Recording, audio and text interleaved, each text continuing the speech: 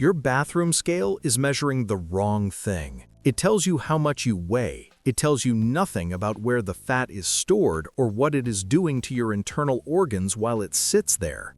And the research on visceral fat, the specific type of fat that accumulates around your liver, pancreas, and intestines, has established something that the medical community has been slow to communicate clearly.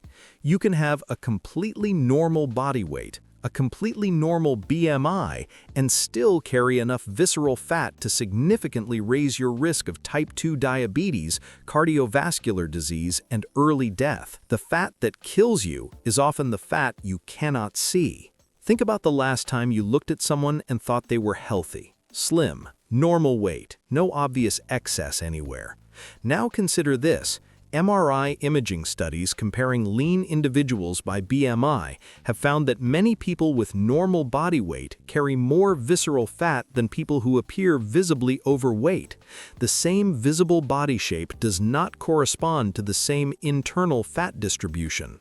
This condition has a medical name, TOFI, thin outside, fat inside, and researchers studying it have found that the metabolic risk profile of a TOFI individual can match or exceed that of someone classified as clinically obese, because visceral fat is not passive storage.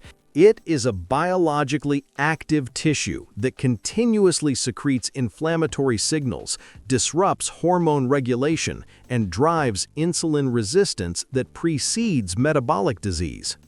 This episode covers exactly what visceral fat is, what makes it so much more dangerous than the fat you can pinch, and the 3 evidence-based interventions, one dietary, one biochemical, one exercise-based, that research has shown specifically target it, including a Japanese randomized double-blind trial showing measurable visceral fat reduction from dietary intervention alone in 8 weeks, and a network meta-analysis of 84 randomized controlled trials that established precisely which type and intensity of exercise produces the largest visceral fat reduction of anything studied.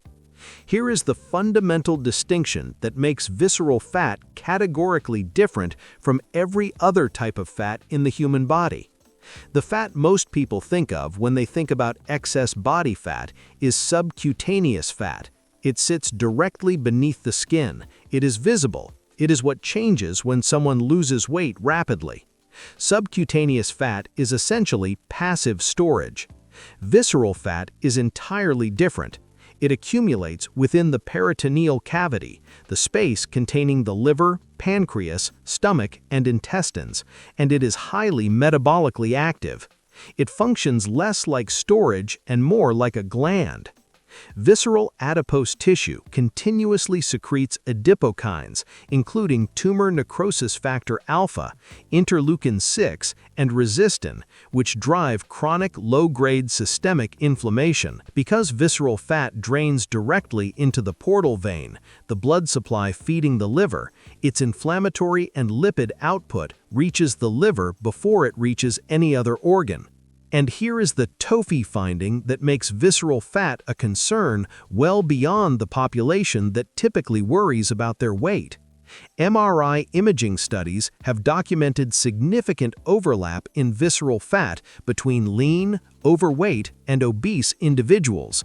Many lean subjects carry more visceral fat than some overweight or even obese subjects.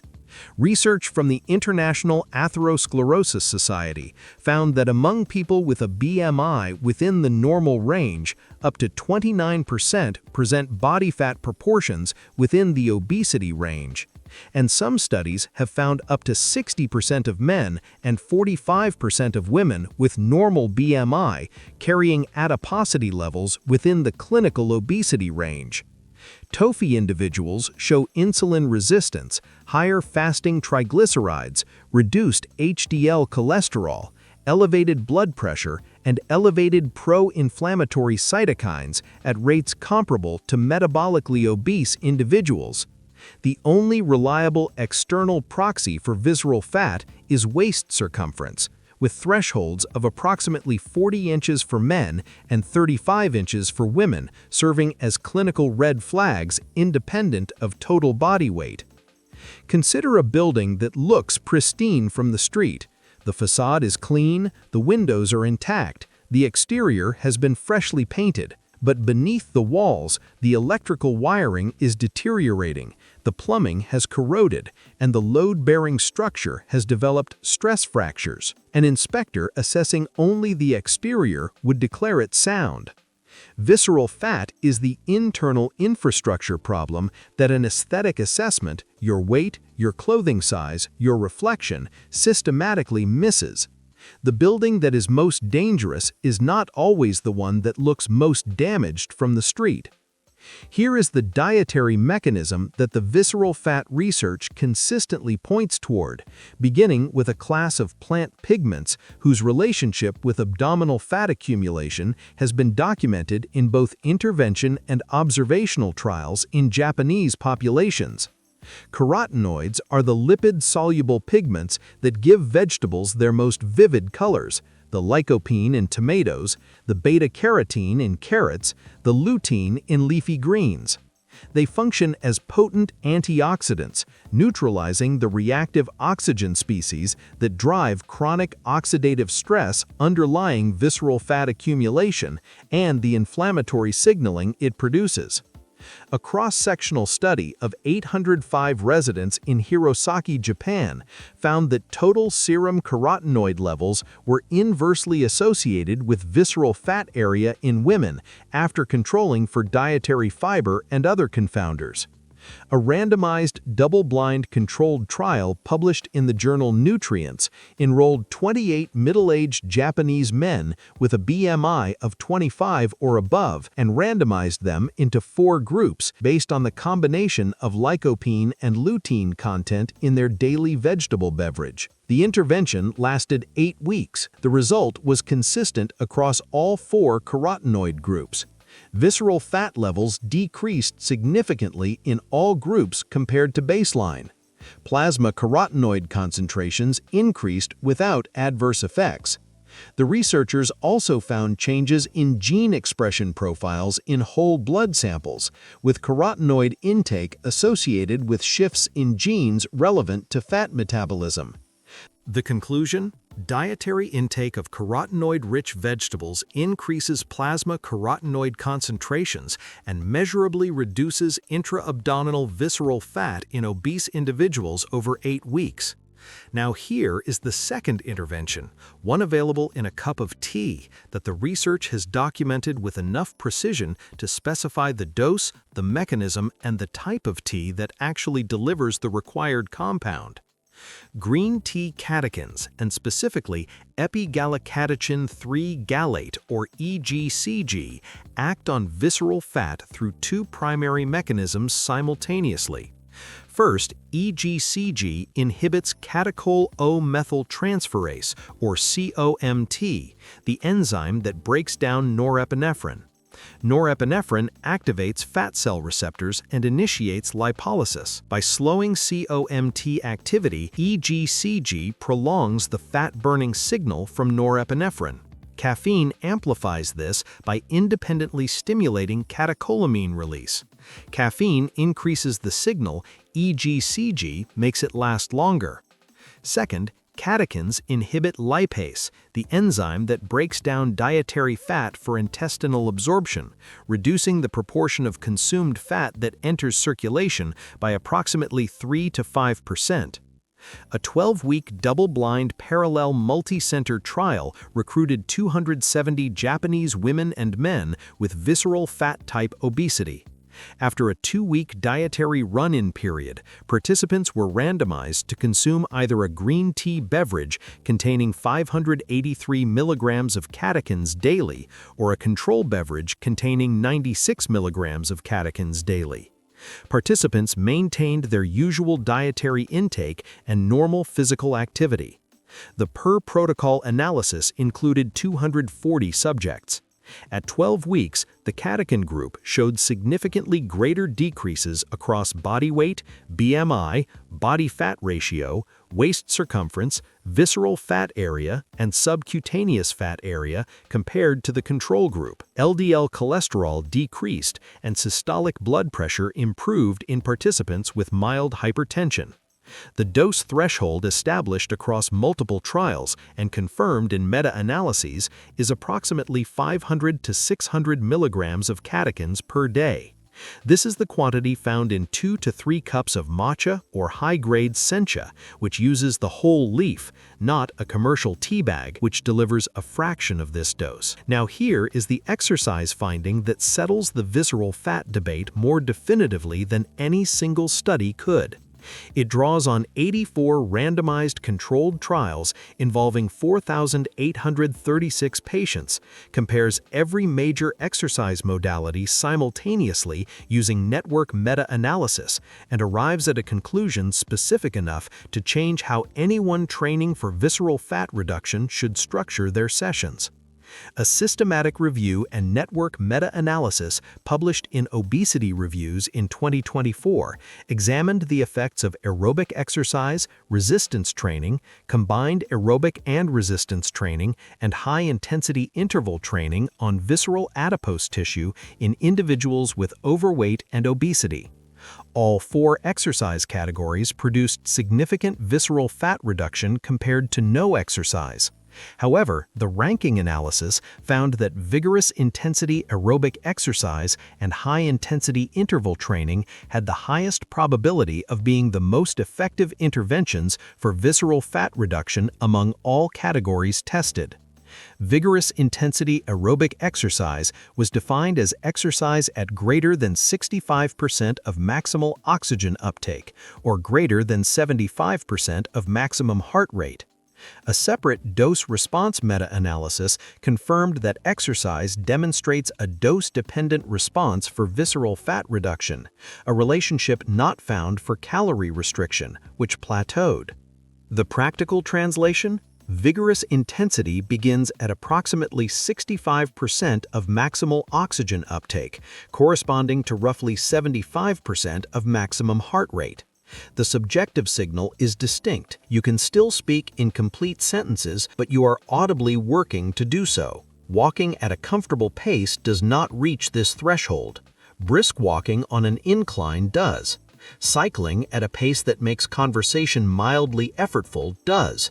Running at anything from a steady pace upward does. The specific modality is not the critical variable, the intensity is. The Japanese carotenoid trial enrolled 28 participants, a small sample that produced consistent findings across all 4 comparison groups, but that requires replication at larger scale. The effect was measured and significant, but the absolute magnitude of reduction and the optimal dose remain to be fully established.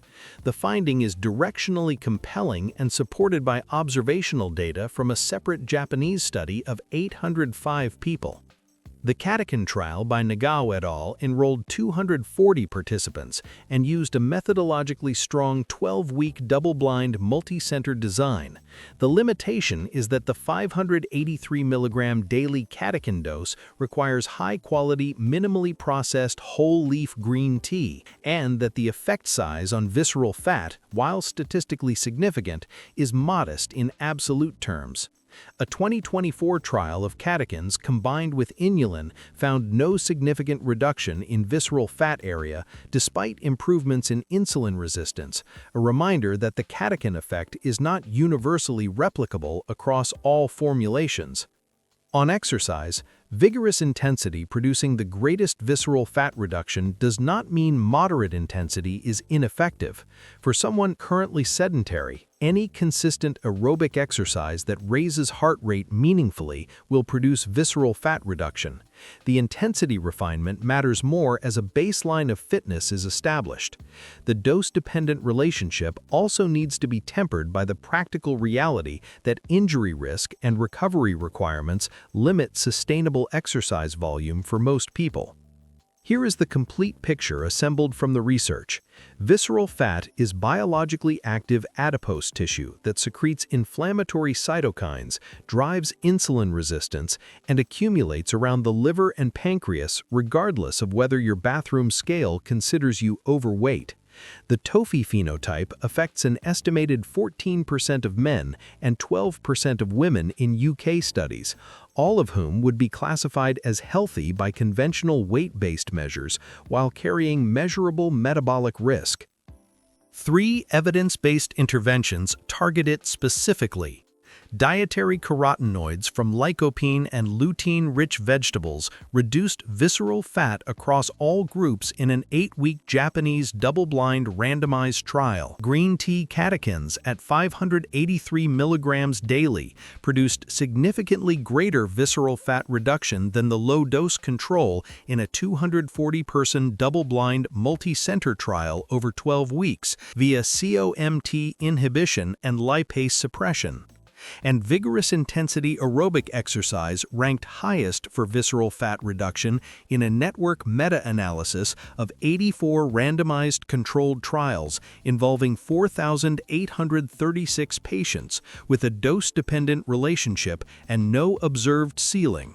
The most important thing to understand about visceral fat is that the tools most people use to assess their health, the scale, the mirror, the BMI, were not designed to detect it and do not reliably do so. The most reliable, accessible proxy is waist circumference. The interventions that reduce visceral fat most effectively are also the interventions that have the broadest general health evidence: diet quality, specific polyphenol compounds, and sustained aerobic exercise at meaningful intensity. None of these are exotic. All of them are available. The obstacle is not access to the information. It is the persistent cultural fixation on a metric that measures the wrong thing. Drop a comment right now. Have you ever had your waist circumference measured as a health metric? And does your current definition of healthy account for where your fat is stored rather than just how much you weigh? I read every single one. If this changed how you think about what your weight measurement is and is not telling you, hit subscribe. Every video in this series goes this deep into the biology rather than the surface-level advice. And next, the specific role of sleep deprivation in visceral fat accumulation, the cortisol pathway, the ghrelin spike, and the evidence that consistently sleeping less than 6 hours correlates with visceral fat accumulation at a rate the research has now quantified. Subscribe so you are there when it drops. The scale is measuring the wrong thing. You now know what to measure instead.